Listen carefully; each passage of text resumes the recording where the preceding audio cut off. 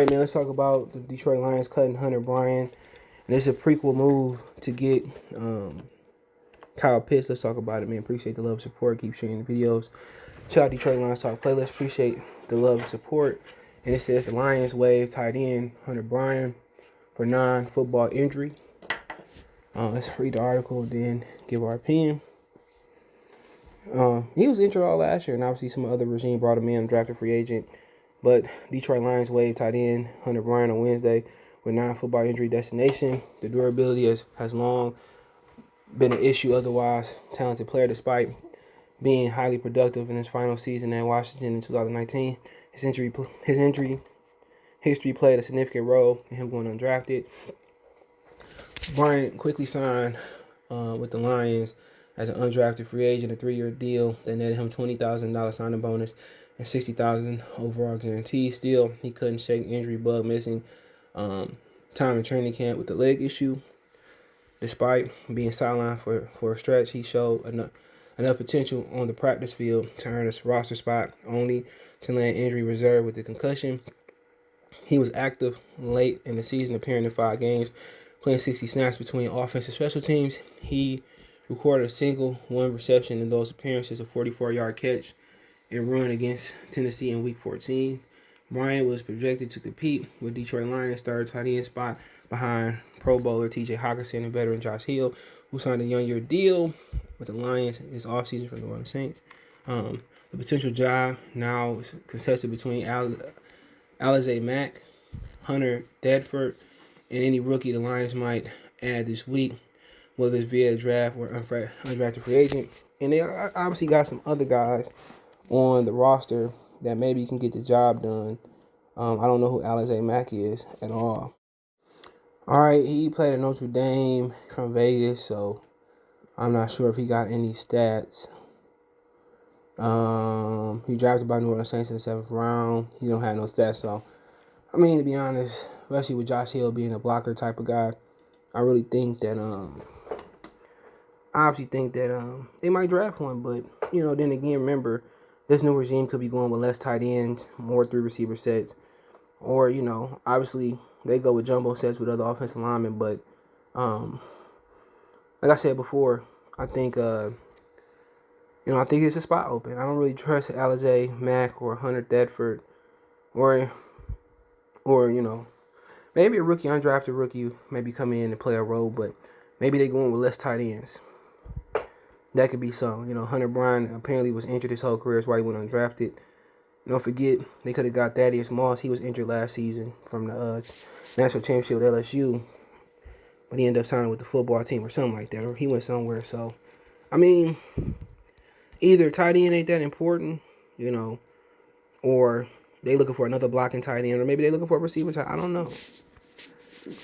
He had a non-football injury, so him getting injured again probably was a final straw. And then not let him be a part of the extended roster for the offseason, I don't think that was fair. But, obviously it's history saying that he's injury prone. That's pretty much it. When he got injured off the field, they probably was like, you know what, forget him. We go another direction. I mean, there's some free agents out there. We can look at some tight end free agents, but,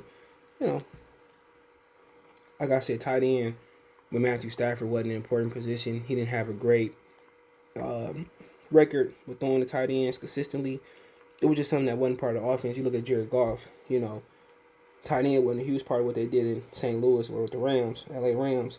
But, he had some big games on the Higsby and Everett, but it wasn't enough. So you got to ask yourself, usually a tight end is a quarterback best friend, a big target, and Stafford struggled with him.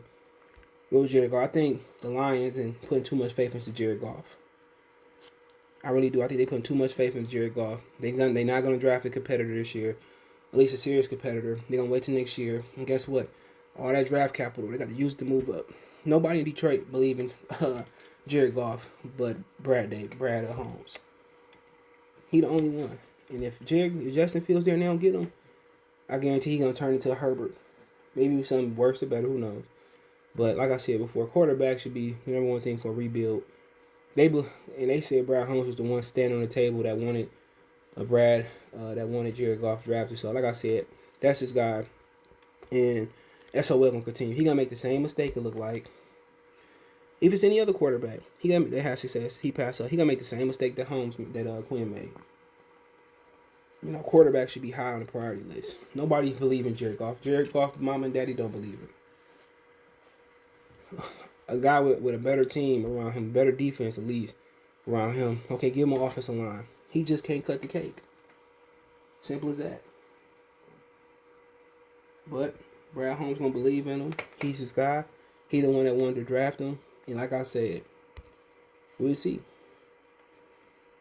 I think he said at the podium that they told him what was the intentions, and I think the intention is gonna be he the starter. He not gonna have no competition. A guy that's less than Stafford, with a roster that's gonna be less than most of what Stafford had. We'll see what happens.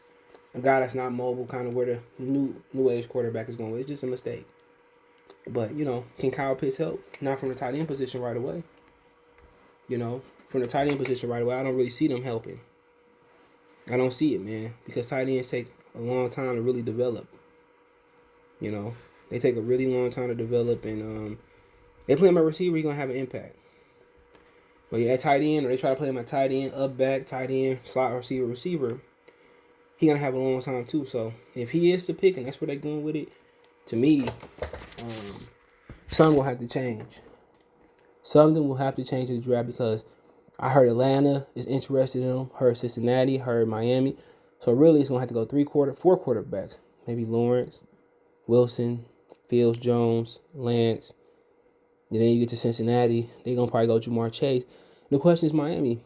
Is they gonna pair Tua with Smith, or it's gonna be Kyle Pitts? But I think it's an outside chance that Pitts falls to the Lions. And quite frankly, like I said, if Fields there, I'll take him. If Kellen Mond there later in the draft, I'm comfortable with taking him.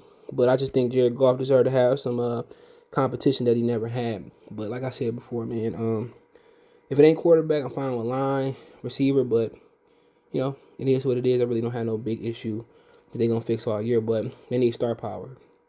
That is a fact. Kyle Pitts will provide star power. He's from Philly. Funny how Philly get to Florida, but we'll see. But Hunter Bryant, I was looking to see him, but remember, he ain't that big neither. Hunter Bryant ain't that big. He like 6'2", so undersized, injury prone. It wasn't gonna work. But hey, let me know what you guys think. The Lions draft picks about Hunter Bryant getting cut with a non-football injury. Don't forget me on Twitter, Facebook, Instagram. Reach out if you have a business question, inquiry, response, or video request. Want to make a financial donation? Cash App CJGood313. That's in the description. PayPal link in the description as well too. Best way to donate, share the video. Let me know what you guys think. One time for the one time or see Sports Talk. Draft day. We're gonna be covering that later. Peace.